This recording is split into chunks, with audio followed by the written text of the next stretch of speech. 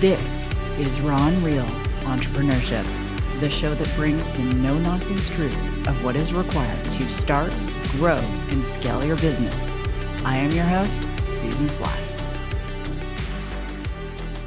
Well, what is up, Raw and Real entrepreneurs, wherever you are in the world? I hope you are having an amazing day. And I have to tell you, my guest today is incredible. She is a world changer. She is a maven. She is incredible. Not only has, maybe she's Wonder Woman, I don't even know, but I definitely am maybe going to be the president of her fan club now. She not only has had a 9-figure exit, which is so significant. She turned around after that and became a managing partner and co-founder of Enygma Ventures, which is a private investment fund dedicating to supporting and investing in women-led businesses in Africa. And if you've been listening for more than a minute, you know my oldest daughter Maggie is from Malawi, so we're gonna have some great conversations. And to the audience in Africa, sometimes Nigeria pops into that top 10, but hey, just get the word out about this show because the show is for you. I believe anyone can become an entrepreneur.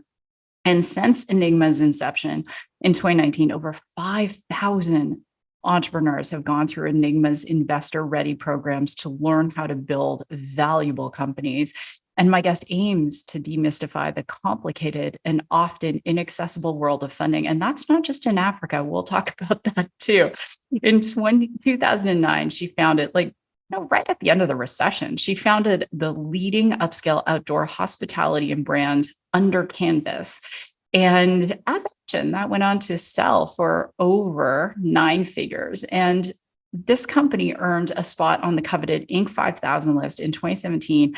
And the same year, Sarah was named Ernst & Young's entrepreneurial winning woman and forward thinker and change maker. So she made that list. I mean, the list goes on and on, but we're going to get to know the amazing guest that I have today, Sarah Dusek. So Sarah, welcome to Raw and Real Entrepreneurship. I'm so beside myself that I can't even speak. And you and I were chatting before the show, and there was so much we could have chatted about before I even hit record. And it is Raw and Real Entrepreneurship, and I didn't have the proper login today, so we were even delayed. But thank you for your patience and just being who you are. So welcome to the show.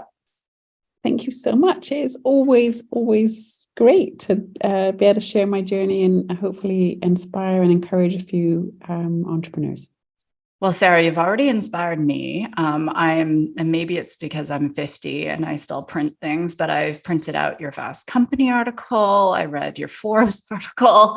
I've been doing a lot of reading and listening and learning. And I want to go back in time a bit because so many of the founders who listen to the show or aspiring founders who are listening to the show, they always ask me to ask this question. And because each day we all have thousands of thoughts and so many ideas. How did you first get the idea for Under Canvas? And how did you then take it to inception? Because that is a differentiator right there. Yeah, you're really spot on there because the difference between having an idea and actually making it happen is quite a long distance. And many people have ideas and never execute on them. And I always say to the entrepreneurs that I work with, really, it's just the people who can execute that can build something of significance and can create something that's meaningful and create value and create wealth for themselves and their nearest and dearest. And execution's a really big piece of that puzzle. And it wasn't until I became an investor that I actually realized how hard it is for many entrepreneurs to actually execute. To go back to the question, the inception of Under Canvas was really inspired by Africa. I came to Africa in my early 20s as an aid worker, thinking I was going to save the world. I latterly realized that Africa has been such a balm for my own soul and has been such a savior in my own life. So anything I contribute and give back to Africa these days is really just a minuscule amount of what Africa has given to me. But I fell in love with the safari experience. That wasn't my job, that wasn't my life, but I fell in love with the bush. I fell in love with an incredible way of life, of connecting with nature and living out and exploring wild places, but doing it in a way that felt safe and supported and comfortable, and beautiful sheets and lovely food and hot running water. And when I married and met my husband, who was from Montana, who was a big outdoorsy guy, used to camping, used to being out in the wilderness, used to, just really roughing it. And I realized, oh gosh, I also love the wilderness, but I don't love roughing it quite so much as he does. And then that was when we put two and two together, this idea that maybe we could recreate the African safari experience in a US context. And so we pioneered a very, very small glamping site in Montana to see if there was legs to it, see if there was anything there that other people might also enjoy. So I know exactly I love your descriptors, Sarah. Before we went into recording, I said TIA, right? This is Africa. And if one has not been to Africa, there is a different feeling there. And and to your point, there's a different soul feeling there. And to bring, and I haven't in Africa, I've not had the safari experience. Every time I've gone, it's been much like you in your 20s. It's like, I'm going to save the world. So I'm either building a clinic, or I'm doing something, or I'm sitting in a hut listening to, one of the elders ask me questions and tell stories and things like that. But I can envision it when you're saying it. And so you have this idea, and your husband's like, okay, let's give this a try. So where did the seed capital come from? So we, prior to Under Canvas, had been aspiring entrepreneurs before that, and we had tried to build another business before Under Canvas, which was a complete and utter disaster. And I say this as encouragement that often our greatest successes are born out of failure, and ours certainly was. We had a failed business before we started Under Canvas. So we came to Under Canvas with literally diddly squat. We had lost all the money that we had, which was not a lot in the first place. Our first business had failed. And so what we were left with was going to friends and family and saying, we've got another idea, which was really hard on the back of, oh, and by the way, we just had a failed idea. And so that was actually really tough. It was really tough to get going. My husband's family, thankfully, were up for giving us another shot and gave us a small few $1,000s to get us up and going. And we put a whole lot of sweat, and friends gave their time and energy to help us get something off the ground initially. But yeah, it was tough. It was brutal. And thank you for being so transparent, because there's I'm reading Ali Temshev's book about the unicorn founders, and there's it debunks the myths, right? And when you look at 90% of first attempts fail, but 90% of second attempts succeed, and which it just to go, I had a failed business in the 90s, and I thought, never. I was still going to be an entrepreneur, but I really played it safe. And I helped other people build their companies. And before co-founding Radius in 2018, in a world that I hadn't written a line of code, Sarah, since 92. So there you go. If I can be a startup founder in the AI space, then anyone can do it, really. But so you have this seed capital, you have this idea. So how did you get your first customer? Yeah, so that was our biggest question, really, was how are we going to inspire people to come and stay with us? How are we going to get the word out? We did a couple of things sort of that were interesting for us when we launched. We realized we probably needed some endorsement. And so we partnered with another famous outdoor organization to sort of endorse our lodge. to give us some kind of credibility when we first launched.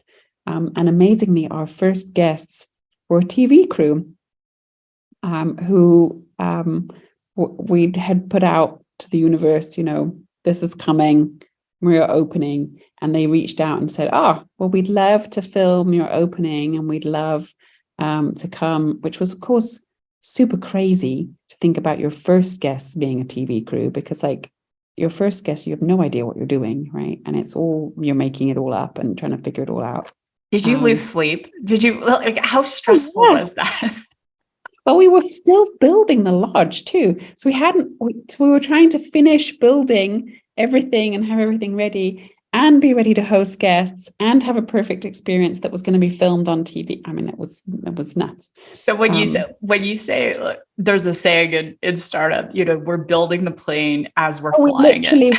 We were literally building and flying and going around the sun and oh my God. Yeah, it was crazy, but those were our first guests. And so, an endorsement, some TV exposure, and, just starting to get some press was probably how we acquired our first customers. So with that TV crew, was it perfect? Did it end up being amazing, or were there any hiccups? I think it went pretty well. I don't have any like glaring terrible memories of this event, so it can't have been that bad.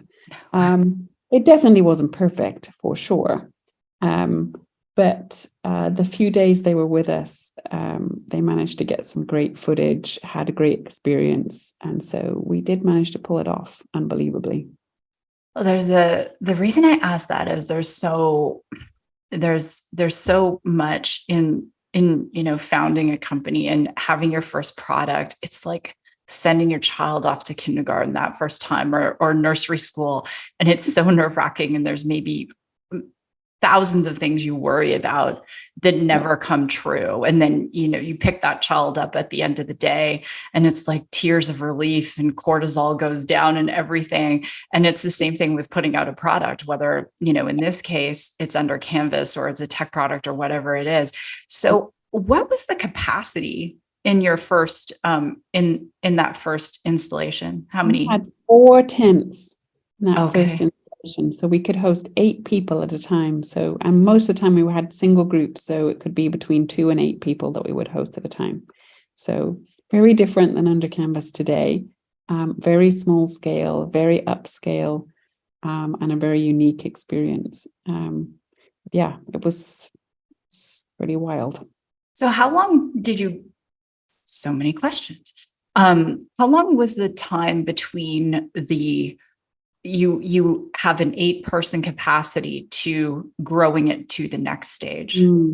It took us 3 years to take that original concept and figure out what works about this concept before we really launched the business that became Under Canvas.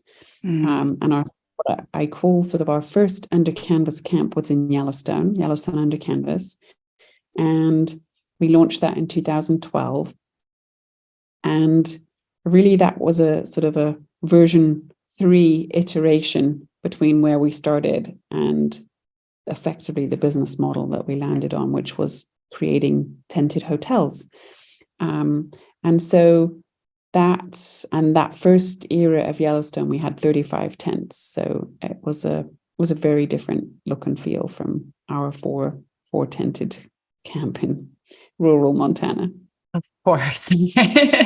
But I love that you said 3 years, because there's a segment of people sometimes that wants that instant gratification. I know a young founder, and in 2 years he went from inception to selling the company. It wasn't a huge exit. He was only 22. It wasn't a huge, I've had him on the show a couple of times. It wasn't a massive exit. It was, multiple 7 figures, but the point being meaningful nonetheless. Exactly.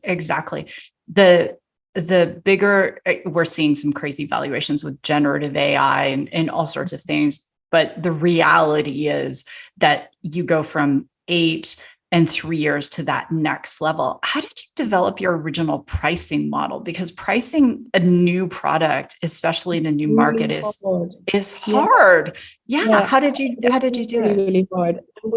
We had no benchmark either because the glamping industry did not exist. I mean, Exactly. we pioneered it, right? So it didn't, nobody was doing what we were doing at that time. And I had no idea whether people would pay the same kind of rate they would pay to stay in a hotel room to stay in a tent. So we had no idea how to price it initially. Should we be more expensive? Should we be less expensive? And the only way you figure that out is by trial and error, right? You have to test it. You have to put something out there and see what the market will bear. And so with our first iteration, we had 4 different types of tents with 4 different price points of various different, they had different standards and different experiences. The more expensive they got, the more luxurious they got, the cheaper they got, the more basic they got. Mm-hmm. And so we learned a lot actually from having different price points, because you could suddenly see what was selling, what was not selling, what was in demand, what was not in demand.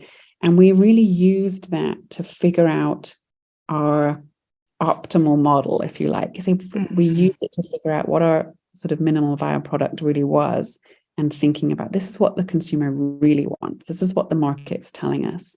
And this is therefore how we need to shape our product accordingly with what the market is telling us. And then we also need to experiment. And over the years, as we got braver with Under Canvas, we realized, where we thought the ceiling was on price was nowhere near where the ceiling was on price. And you only figure that out by testing, A/B testing effectively, and you test the market and you see what kind of volume you can do and what people are buying and what they're not buying. And I don't think there's a quick way to do that. You just have to test. And I often say to entrepreneurs now, it's just like being a scientist, right? Mm-hmm. All of this with growing a business is so like science. If you think about developing a drug or developing a vaccine, you don't suddenly have a eureka moment, wake up in the bath, and suddenly you've developed a COVID vaccine, for example. You've been testing and modeling and trialing and of thousands of things before you got to the end result. And maybe you tweaked a few more things to make it work for, our COVID scenario. But effectively, you had a whole lot of no's and a whole lot of this doesn't work to figure out the one thing that does work.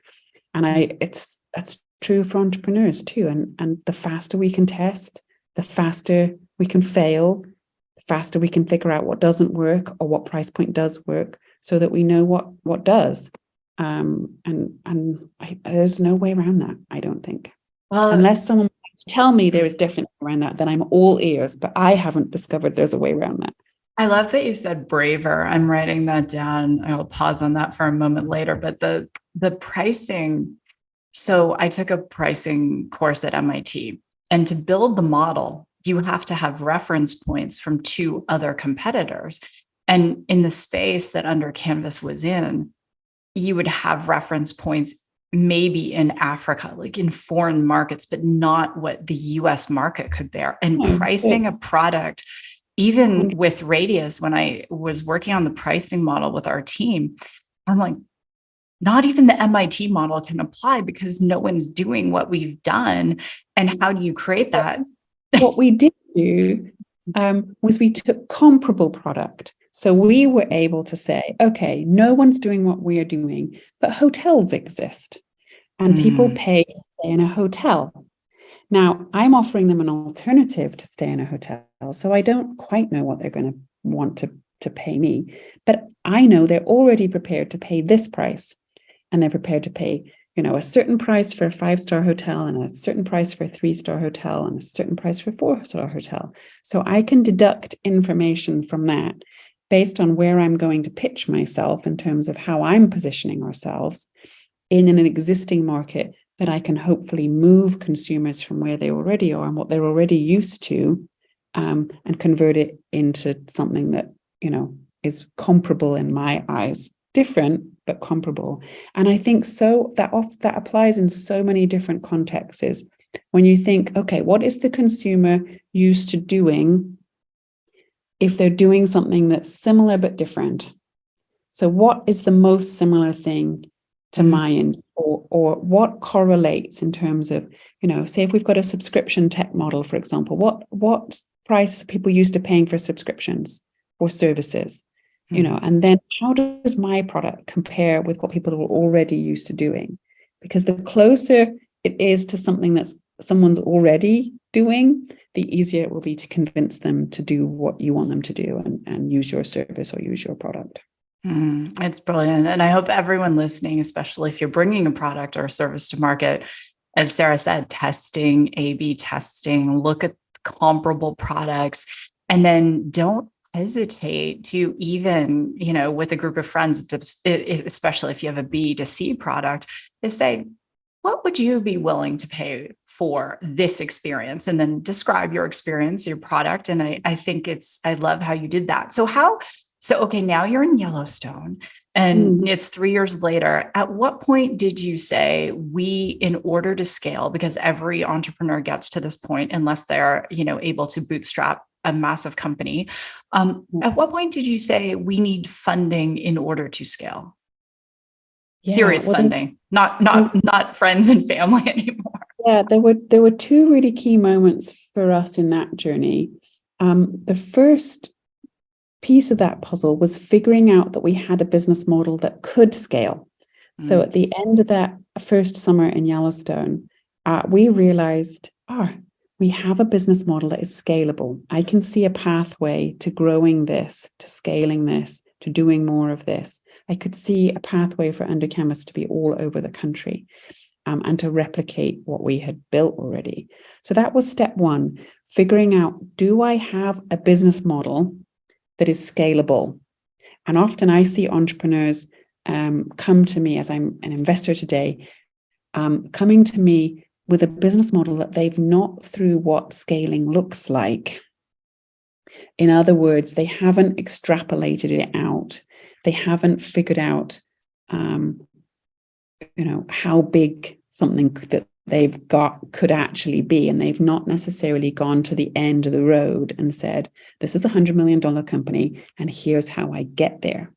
Which takes us back to sort of the first comment that we started this conversation with about executing. Because people who have a plan can execute. It's the people who don't have a plan that can't the execution plans are very, very much tied together. So that was key for me, having an understanding of, I've got something that's scalable. And then you work backwards and you go, okay, what is it going to take to make that possible? And what cash do I when to make that possible? And because we built a business model that was profitable from the get-go, we plowed all our profits and all our future profits into bootstrapping. So we grew organically from 2012 for another 5 years before we raised institutional capital. And we grew from 1 location to 4 locations and had more pipeline. So we did a lot by ourselves. But what we realized was, if we could now put more fuel in the tank, we could grow faster. If we now took on more capital, we could accelerate our growth. And I think that's really what venture capital is for. It's really for putting fuel in the tank and accelerating growth. And so I see it all the time, but entrepreneurs are coming to VCs often knowing they need more capital. Their cash burn is high, but without a clear pathway to accelerating growth. And VCs are not very interested in stuff that is not going to lever their capital to accelerate the growth. So you've got to be really clear on, if I'm taking capital, how is this money going to accelerate our growth? And what does our growth look like? Mm-hmm. And as you said in the Fast Company article, it's such an interesting time to be in a raise. And every conversation that our round we're doing is more like a B round, because we have been profitable, so we haven't need to bring in money. And every conversation is, let me see your sales pipeline. And then we go through every customer in the pipeline, probability scores. And Wow. it's for every product we have 4 of them. And, it's not like there are VCs throwing money at generative AI and they're placing bets. And it's such an interesting time. And I want to talk about that because one has to have a thick skin. Because especially as a woman, we know the statistics are brutal. Less than 2.5% of women-led pitches to VCs get funded. And that you're going to speak often to a junior associate who has a checklist. And if you don't check every box, they don't bring you in front of their investment committee. And so it's talk about raw and real. Like, you have to be strong. So how many VCs did you go to? Oh, I have no idea. It was a lot. I had so many conversations where I didn't even get a foot in the door. And it took me, I don't know, certainly at least 6 months before I was even getting meetings, before I was actually getting in front of anyone to actually give anyone a real pitch. So it was tough because when I was raising, in our early days, glamping was not a thing and it wasn't tech. And so it was not one of these seen to be fast growing nascent industries that was, it was real estate. It was potentially, high capital, low return, growth path, not exponential. And so it was a tough pitch.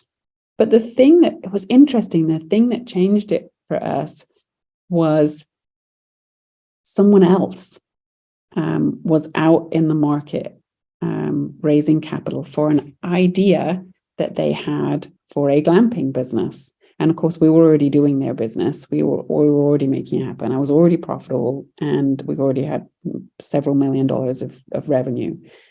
So we were a real company. And this guy was out in New York pitching an idea very similar to ours, not the same, but very similar. And he was speaking the right language. He was speaking in VC terms, and he was getting interest, and he raised capital from some of the big funds across the country. And I put that down to the fact of two things, really. And if I take the gender thing aside, because I can be bitter and twisted about that if I want to, but if I take that aside for a second and I look at that with bare bones, the thing that gave him the edge was, he had networks, one. So he was well connected within an industry where he was respected. He had played in spaces previously where it made him known to people. He had connections from being at certain schools, which was meaningful. Women, I think, especially women, tend to downplay how important networking is. We tend to downplay the significance of connections, the significance of who you know being important.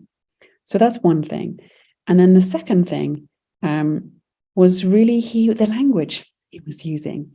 He was using terms that I'd never even heard of. Like, he started using terms like, this is an asset light model. This is, has exponential potential.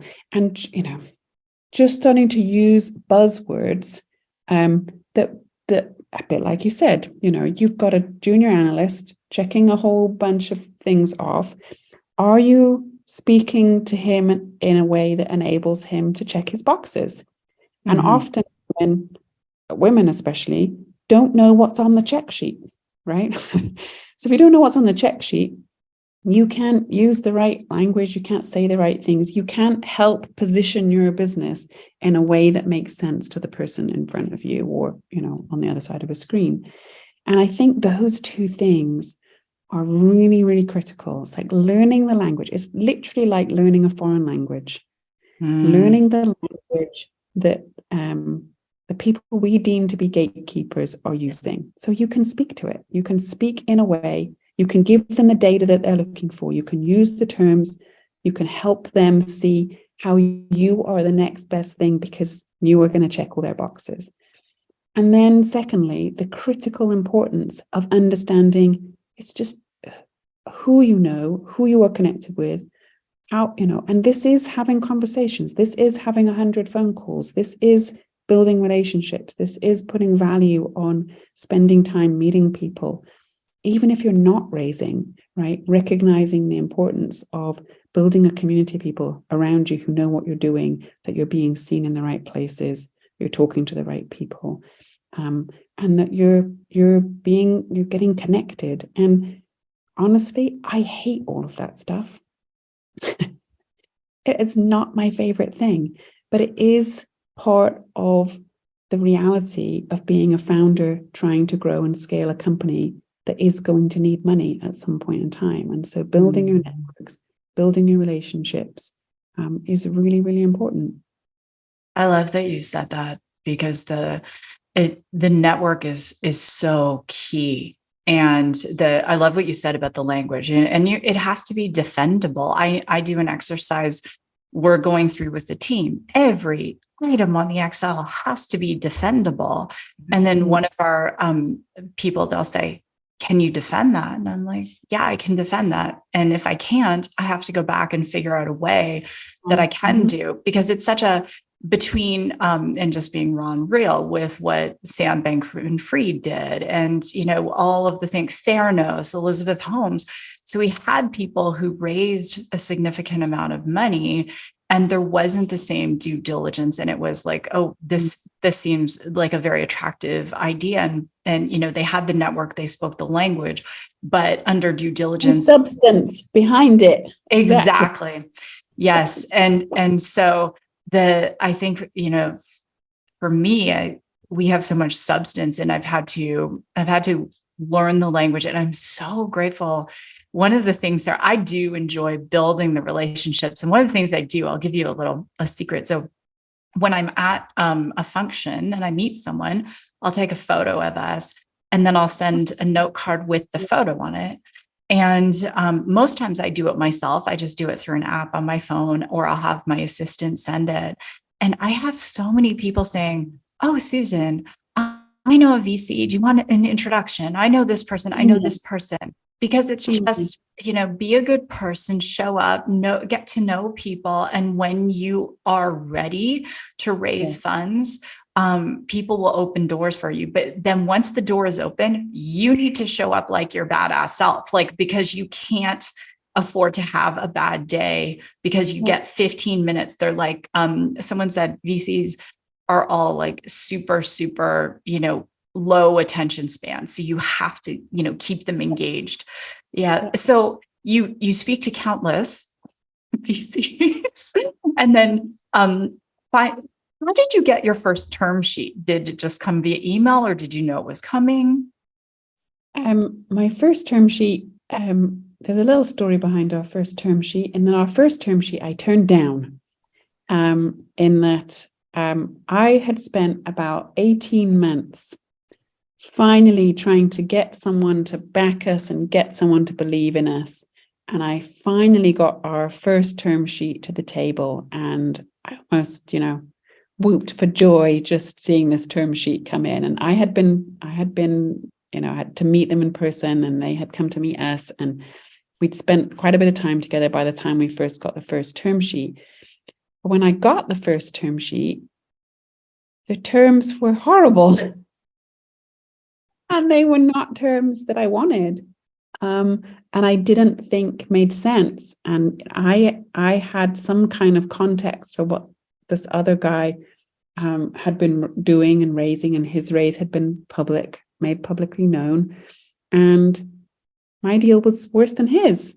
And I thought, hang on a minute, he's got an idea, and I've got a multi-million-dollar business with EBITDA, and my deal's worse. And so it was rough. It was really brutal. And the challenge of navigating that and not wanting to let go of it because it's taken so long to get a term sheet to the table. And at the same time, wrestling with, these terms just don't feel good. I don't feel good about them. And I don't feel good about this partnership. And I feel like I'm selling my soul if I do this deal. And having to wrestle down with, this is not just about money, it's also about people.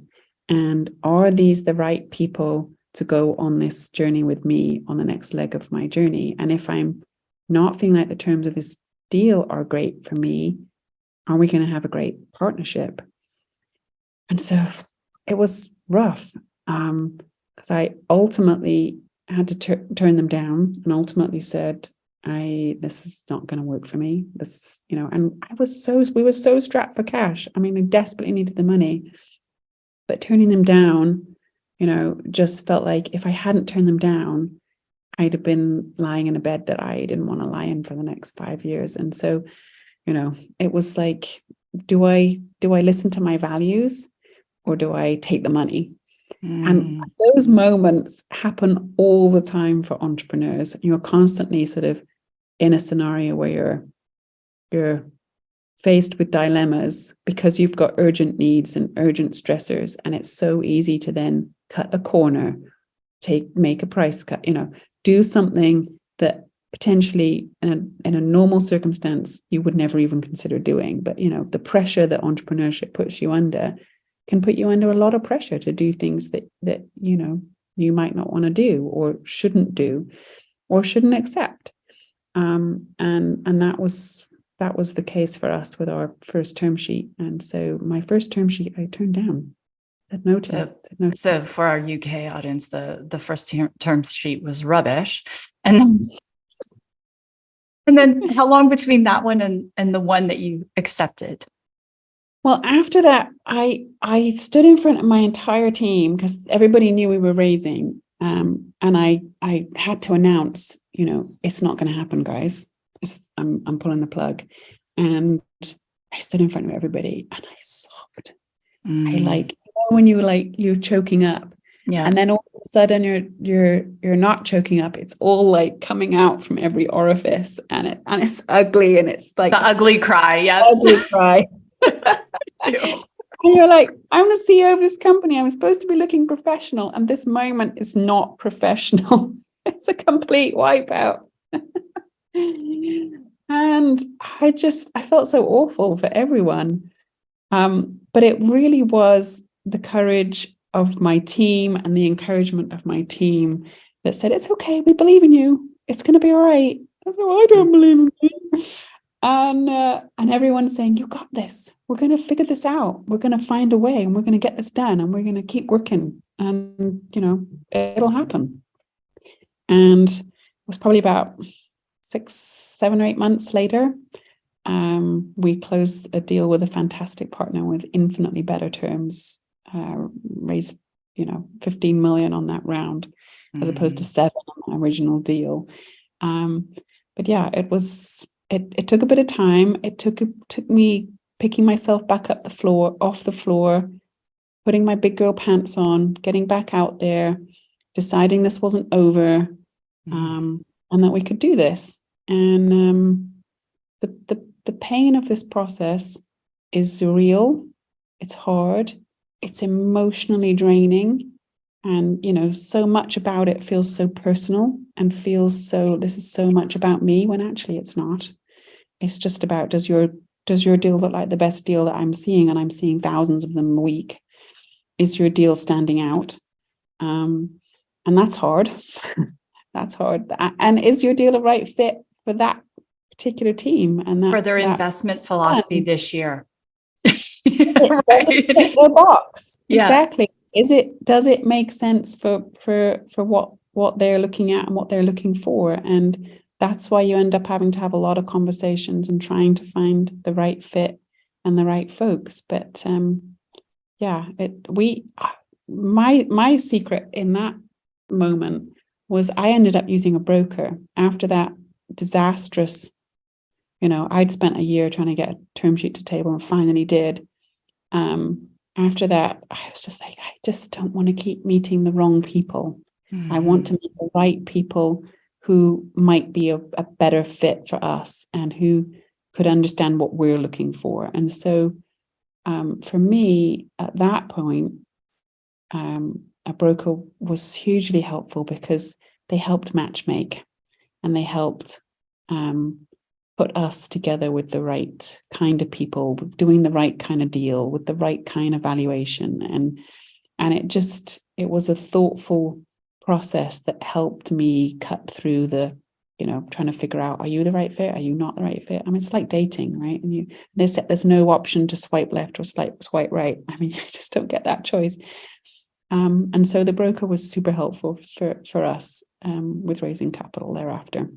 Well, and it's that, and what you said, it's exhausting, and it feels so personal, and that the checklist, if one can stand back and look at it and just laugh. When we immigrated from Canada to the United States, doing our green card, there was a checklist.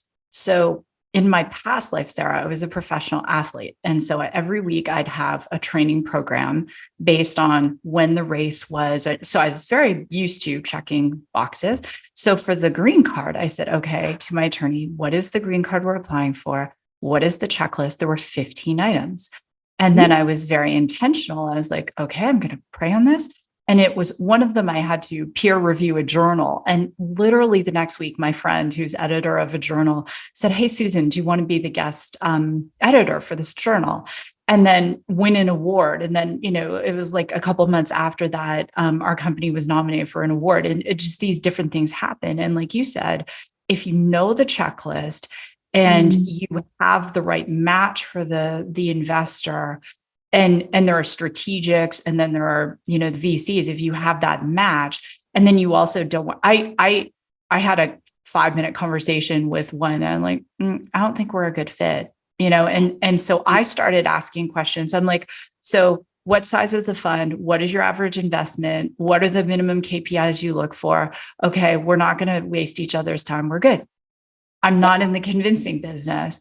So knowing that checklist, I have one more question about this. And then I know, and for everyone listening, this is the show really is, and you've heard me say it before, and in some shows we have had wine. It's just early in the morning for me, so I'm not going to have any, but it's like these chats, if we were sitting around having wine and just talking as founders, and that you get to glimpse into this world.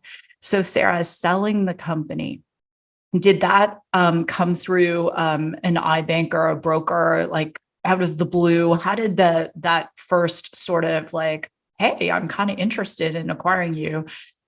How did that happen?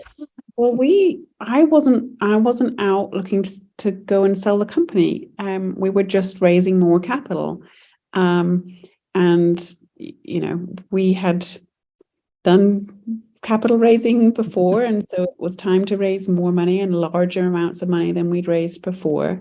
And really, at that moment, we had an investment banker working for us, trying to help us raise capital at that point, because we were trying to raise a large amount.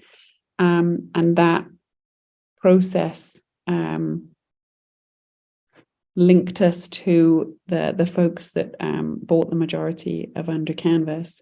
And it was through that process that they fell in love with the business and decided they didn't just want to put capital in, they would like to own the majority of it, and take it on its next leg of its journey. So it was unexpected, and it wasn't something that we were looking for, but happened. And there's so many different types of stories. We had one founder, my friend Will, he and his partner sold their business, I think, for about $300 million. And it was similar. It was like sort of, they were taking market share. He was a guest on the show. They were taking market share in food delivered before Uber Eats and all these things.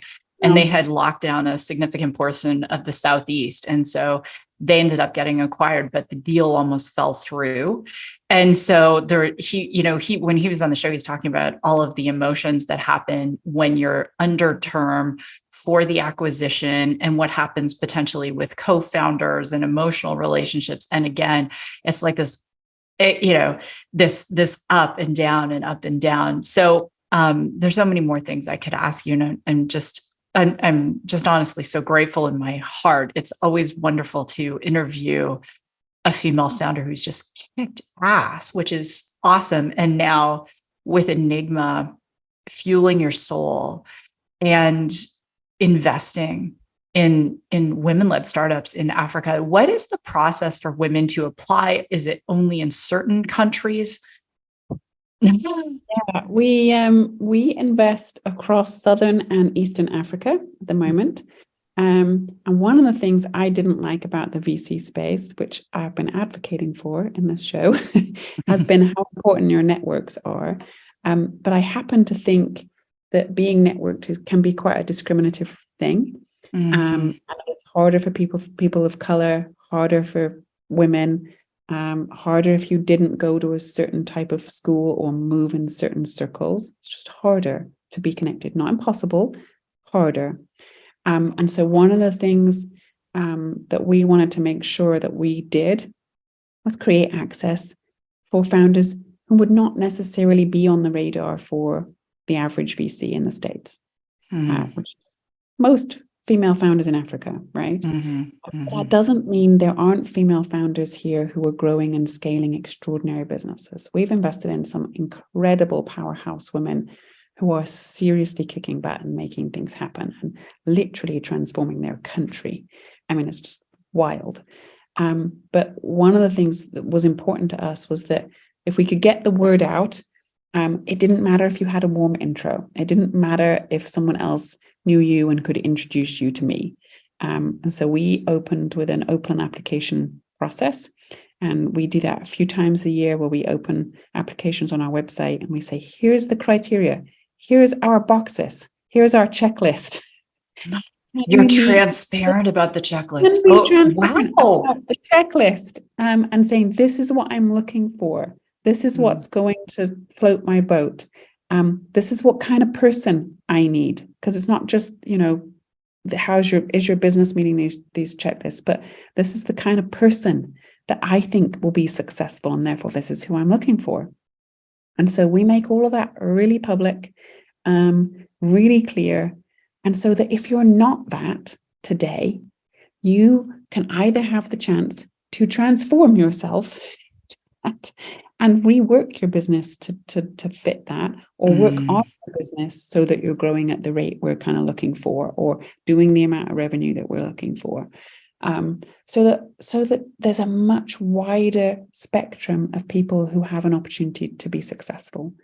Because I'm a huge believer in that capital is power, and that if you have capital, you can make things happen. And if you can make things happen, you can change the world. So I really think it matters that a diverse group of people have access to that kind of power, because we'll build a more diverse, more inclusive world for everyone, not just a certain segment of the population of the world. And so that's how we've done it at Enygma. We've just opened up applications 2 or 3 times a year, give everyone a heads up. And then if we say no to you, if we pass, we'll tell you why. And we'll tell you, okay, we think you need to get on this. We run programs for entrepreneurs. We have a partner company that runs programs for entrepreneurs across the continent that helps you become investor ready, teaches you how to launch, teaches you how to become investor ready, teaches you about growth and scaling. And we say, okay, probably need to go through one of our programs. Hop on over here and we'll teach you everything we know about this, and then come back and we'll look at you again. And I had one founder that I invested in, must have been in 2022 now.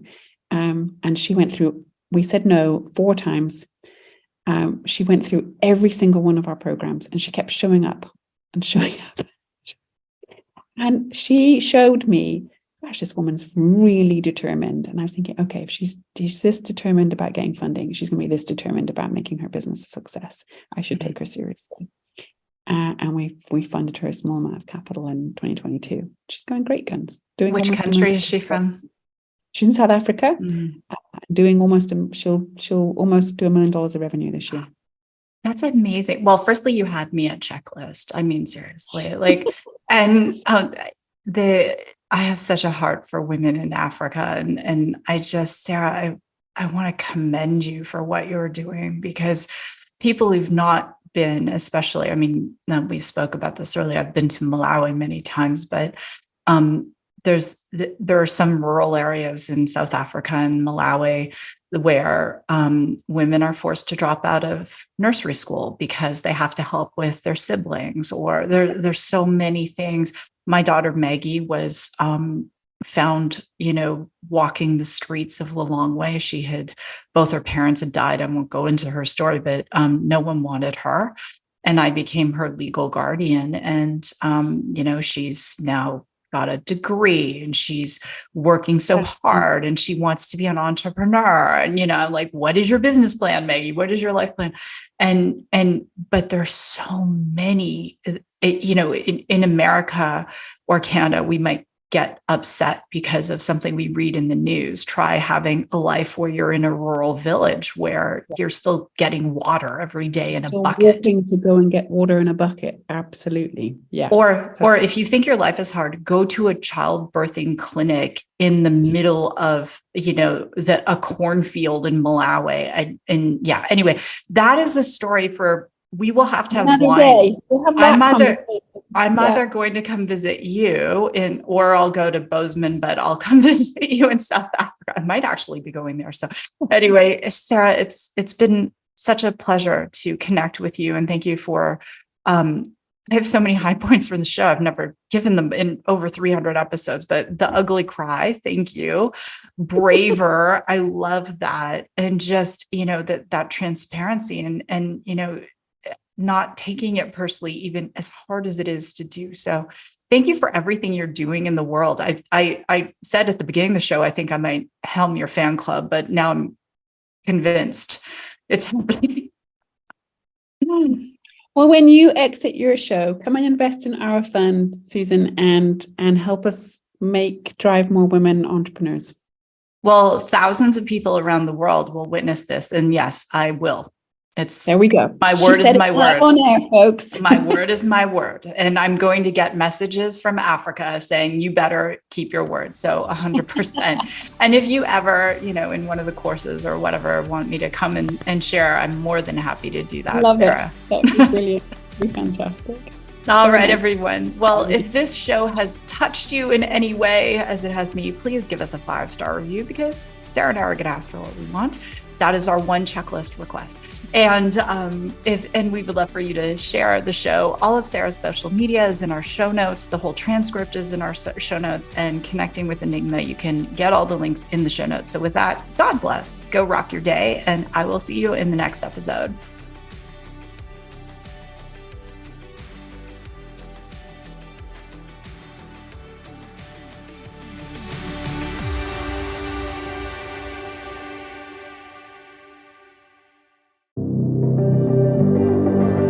Are you currently an employee looking to start your own business? Maybe you've been thinking about it for a while and you're just not sure where to start. Well, my course, Employee to Entrepreneur, combines my decades of experience as an entrepreneur with proven methods, techniques, and skills to help you take that leap and start your own business. This course is self-paced, learn on demand, and comes with an incredible workbook, and that will allow you to go through this content piece by piece by piece, absorb it, take action, and then go on to the next module. So check out my course on susansly.com, Employee to Entrepreneur.